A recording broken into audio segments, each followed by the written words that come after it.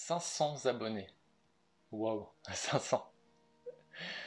Si j'avais imaginé ça quand j'ai ouvert ma chaîne en mai, 500 abonnés pour 5300 spectateurs uniques, ça fait 5300 personnes que je dois remercier de s'être arrêtées sur cette chaîne, et 560 à ce jour que je dois doublement remercier pour leur confiance.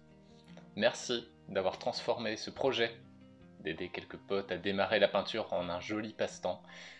Pas mal chronophage, je l'admets, mais qui paye pas mal quand je lis vos commentaires. Une fois encore, merci à tous, merci pour vos questions, merci pour vos remarques, merci pour vos encouragements.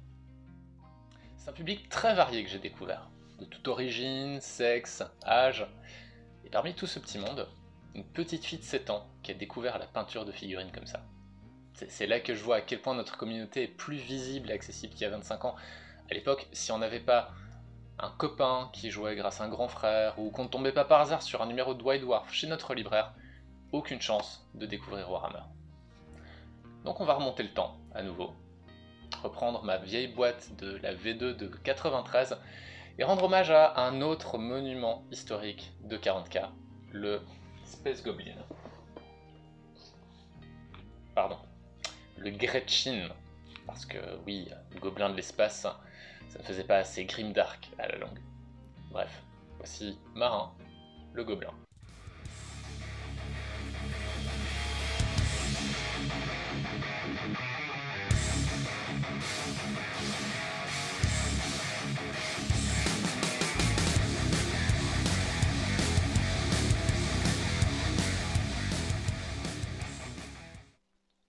Alors j'ai peint Marin à la même époque que Jean-Pierre, pour ceux qui suivent mes vidéos. Et comme vous voyez, avec la même spontanéité juvénile, je ne savais pas à l'époque que les peintures acryliques étaient censées être diluées, qu'un canon ça devait être percé, et surtout qu'un gobelin de l'espace ne met pas de rouge à lèvres.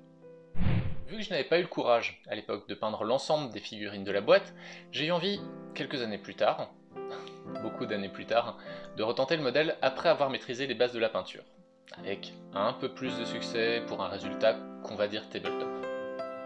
Alors aujourd'hui, on va retenter l'expérience avec un peu plus de bouteilles pour voir ce qu'on peut vraiment tirer d'un modèle aussi vieux et manquant cruellement de détails. Pour le thème couleur, je ne vais pas reprendre celui du marin original, ni celui que j'avais refait.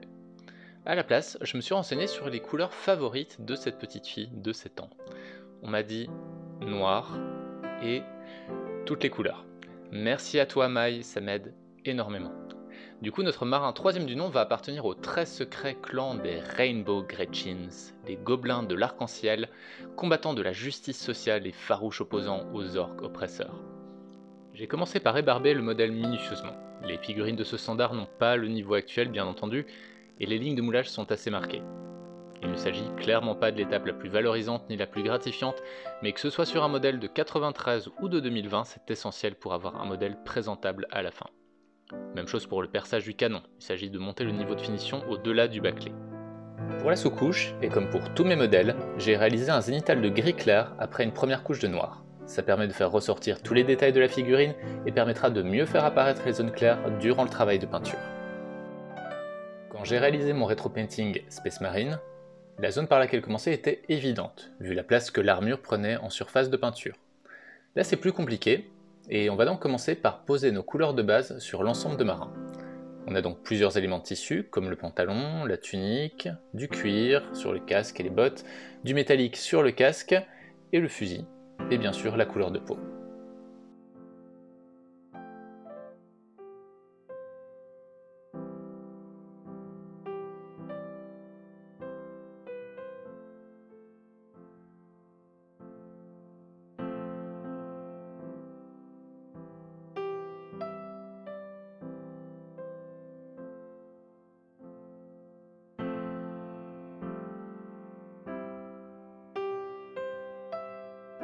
Pas besoin de rappeler les règles de base pour cette étape, on dilue sa peinture, on applique les couches le plus uniformément possible, on laisse toujours sécher avant d'attaquer la couleur suivante pour éviter qu'elle se mélange. Et on passe ensuite une deuxième couche pour avoir un résultat bien régulier. On essaye de commencer par les couleurs les plus claires pour être sûr de ne pas avoir de traces difficiles à corriger après. J'ai volontairement laissé les manches blanches car c'est un détail qu'on réalisera un peu plus tard dans la vidéo.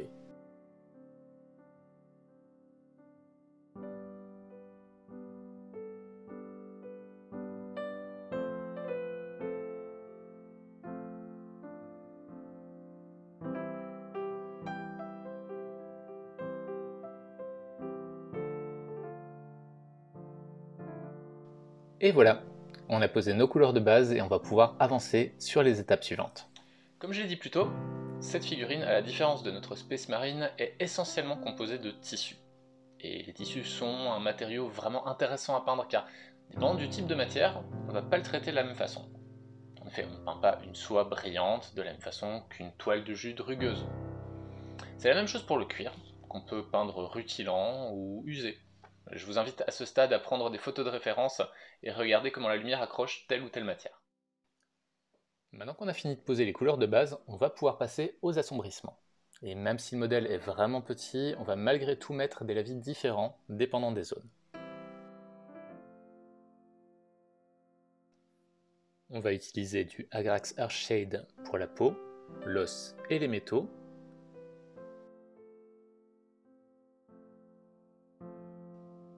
du Reichland Flesh Shade pour le cuir et du Nuln Oil sur tout le reste.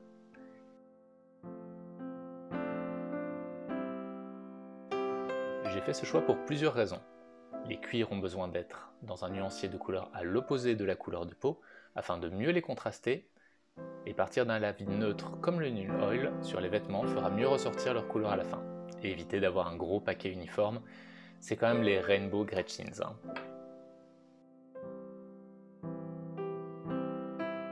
À ce stade, la figurine commence à prendre forme. Si notre idée était d'en peindre 20 pour les jouer, on en aurait presque fini. Mais le but des rétro-paintings, c'est bien de pousser le niveau un peu plus haut, non? Pour les prochaines parties, on va se baser sur un processus en 3 étapes. Appliquer le premier degré d'éclaircissement avec notre pinceau classique, un deuxième niveau d'éclaircissement avec un pinceau de détail, et ensuite toutes les finitions, plus ou moins complexes, dépendant de la partie concernée. Tout d'abord, les tissus. On va commencer par le pantalon. Ici on voit bien les creux qui ont été créés par le lavis et on va repasser sur toute la zone, hormis les zones les plus sombres.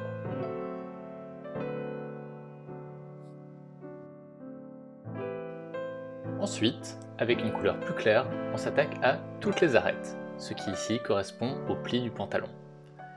Malgré le manque de détails de la figurine, ces lignes sont assez bien définies. Néanmoins, il peut être nécessaire, ici ou là, d'en inventer afin de donner plus de profondeur aux vêtements.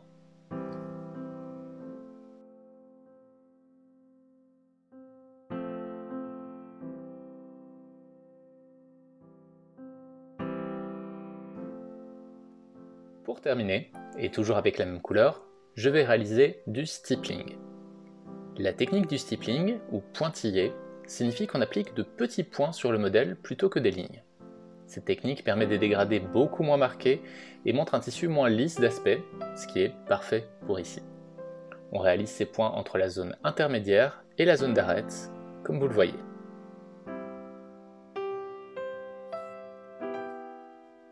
Quand on pratique le stippling, en règle générale, on part de la zone sur laquelle on a notre arête et on va faire les petits points en direction de la zone la plus sombre afin que les points soient de moins en moins importants en avançant.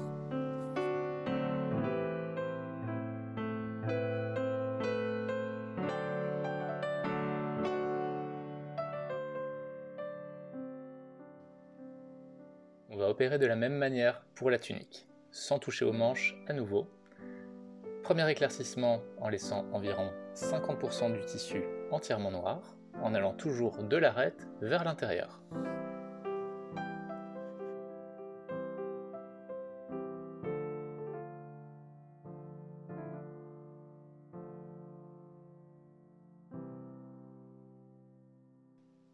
Ensuite, le deuxième éclaircissement, uniquement sur les arêtes.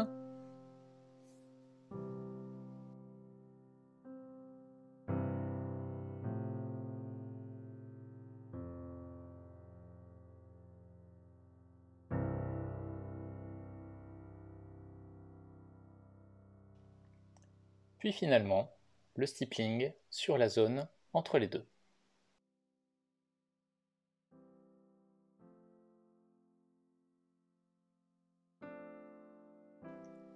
Ensuite, on va s'occuper du cuir qui va être traité d'une façon assez proche du tissu. Il s'agit d'un vieux cuir usé, donc on n'a pas besoin de faire des lignes trop nettes. Tout d'abord, comme pour les tissus, on passe la première couche d'éclaircissement sur l'essentiel des zones en évitant les creux.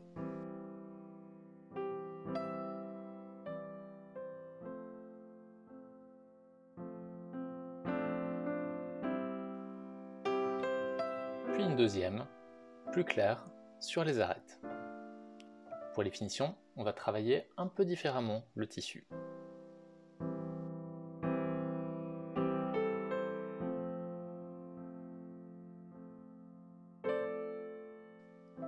Plutôt que faire du stippling, on va faire du scratching. Oui, bon, promis, j'arrête avec les termes anglais.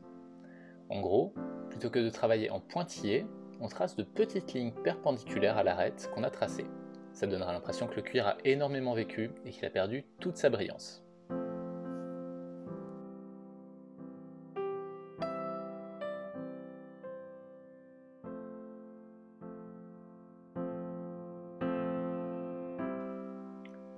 Pour les parties métalliques, franchement, ça sera très rapide. On n'aura pas besoin de s'attarder énormément dessus. Tout d'abord, on réalise un rapide éclaircissement sur le boîtier noir de l'arme avec un gris neutre, puis on passe directement à la couleur métallique.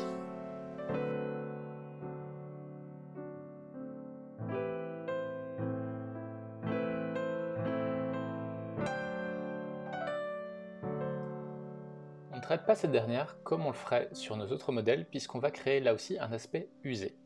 On prend un vieux pinceau abîmé et on va charger la pointe de ce dernier avec de la couleur non diluée.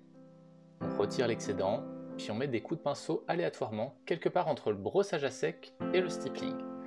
C'est la méthode qu'on avait utilisée dans le tuto sur les usures de métaux et que vous pouvez aussi réaliser avec un bout d'éponge découpé. On réalise cet effet sur toute l'arme, ainsi que le casque, et on termine les petits détails comme les rivets ou la boucle de la ceinture avec un pinceau plus fin.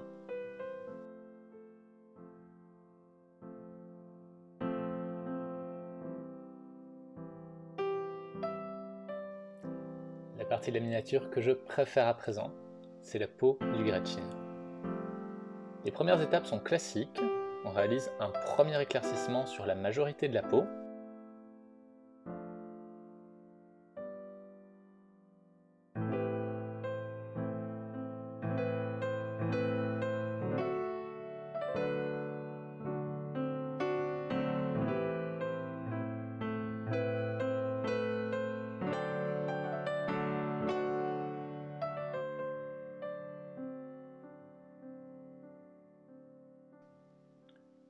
Suivi d'un deuxième sur les arêtes et les lignes de muscles.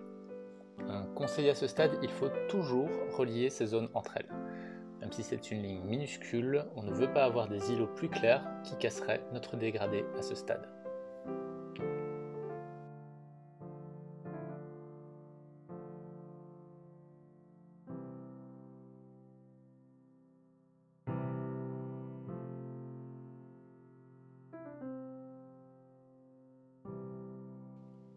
Il y a plusieurs zones qu'on va essayer de mettre un peu plus en avant. C'est le nez, les lèvres, les oreilles ainsi que toutes les jointures. Pour ce faire, on va commencer par appliquer un glacis léger de couleur chair sur les zones. Ici, j'utilise une peinture contraste, la Guilliman Flèche. Soyez très méticuleux sur cette étape au risque de devoir rattraper ce détail à grand-peine. On termine en réalisant un dernier éclaircissement en couleur chair, exactement comme on l'avait réalisé sur le cuir, avec de petites lignes perpendiculaires à l'éclaircissement précédent.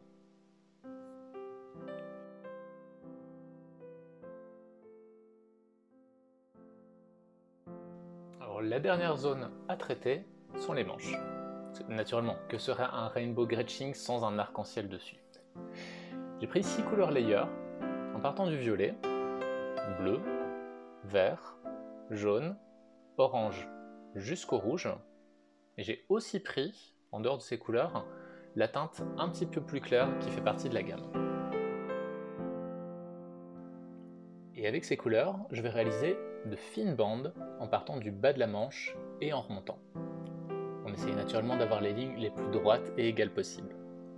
Normalement, En ayant suffisamment dilué nos couleurs, on pourra encore voir les creux plus sombres et ça nous aidera à poser chaque éclaircissement sur les plis du tissu.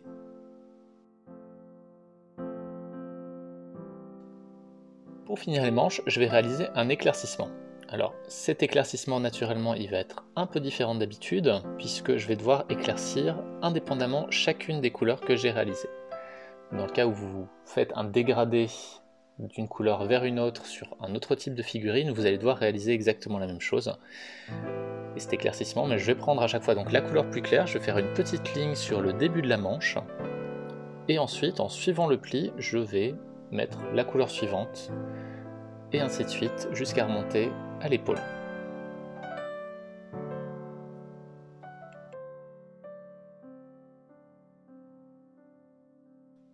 En même temps que je réalisais les manches, j'ai décidé de réaliser un motif d'arc-en-ciel à main levée dans le dos de la tunique. Donc, en partant de la couleur du bas, le violet, il suffit de tracer un arc un peu plus grand au-dessus de la couleur précédente, et ainsi de suite jusqu'au rouge. Pour les finitions maintenant, il nous reste les yeux, les dents et le crâne. Pour le crâne, un simple edge highlight est réalisé dessus.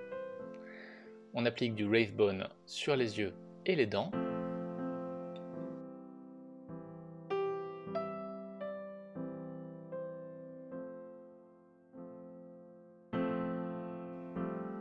Puis on met du Skeleton Horde sur les dents et du Cassandora Yellow sur les yeux. Si vous êtes très motivé et méticuleux, vous pouvez mettre un point de noir pour réaliser la pupille. De mon côté, je vous avoue, je triche en utilisant mon bon vieux marqueur de précision.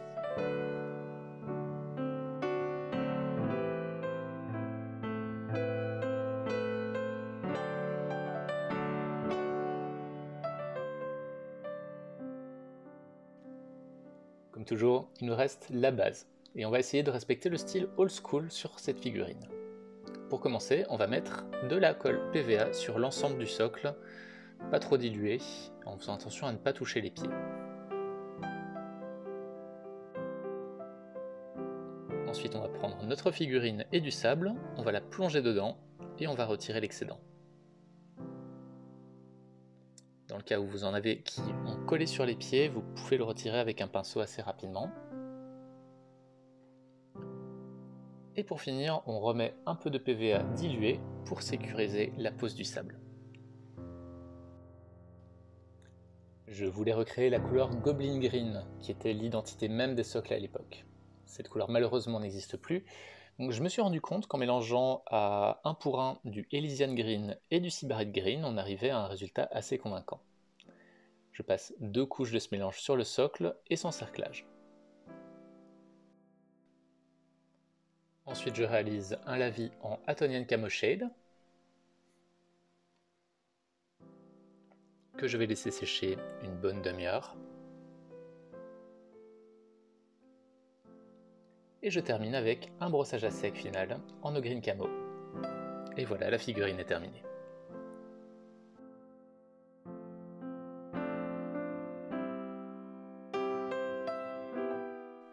Les rétro-paintings font partie de mes vidéos préférées pour plusieurs raisons. Déjà parce qu'il est génial de se replonger dans l'identité de Warhammer à l'époque. Ces figurines sont géniales et n'ont pas reçu en leur temps l'attention et le travail qu'elles méritaient vraiment. Enfin, de ma part en tout cas.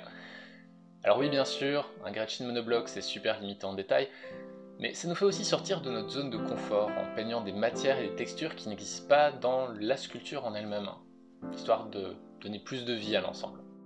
Mais 500 abonnés. C'est un sacré cap pour une petite chaîne amateur et j'y serais pas arrivé sans vous. Je n'y serais pas arrivé s'il n'y avait pas des peintres débutants ou des novices curieux, comme cette petite fille de 7 ans, qui va avoir un joli cadeau la prochaine fois qu'on se voit.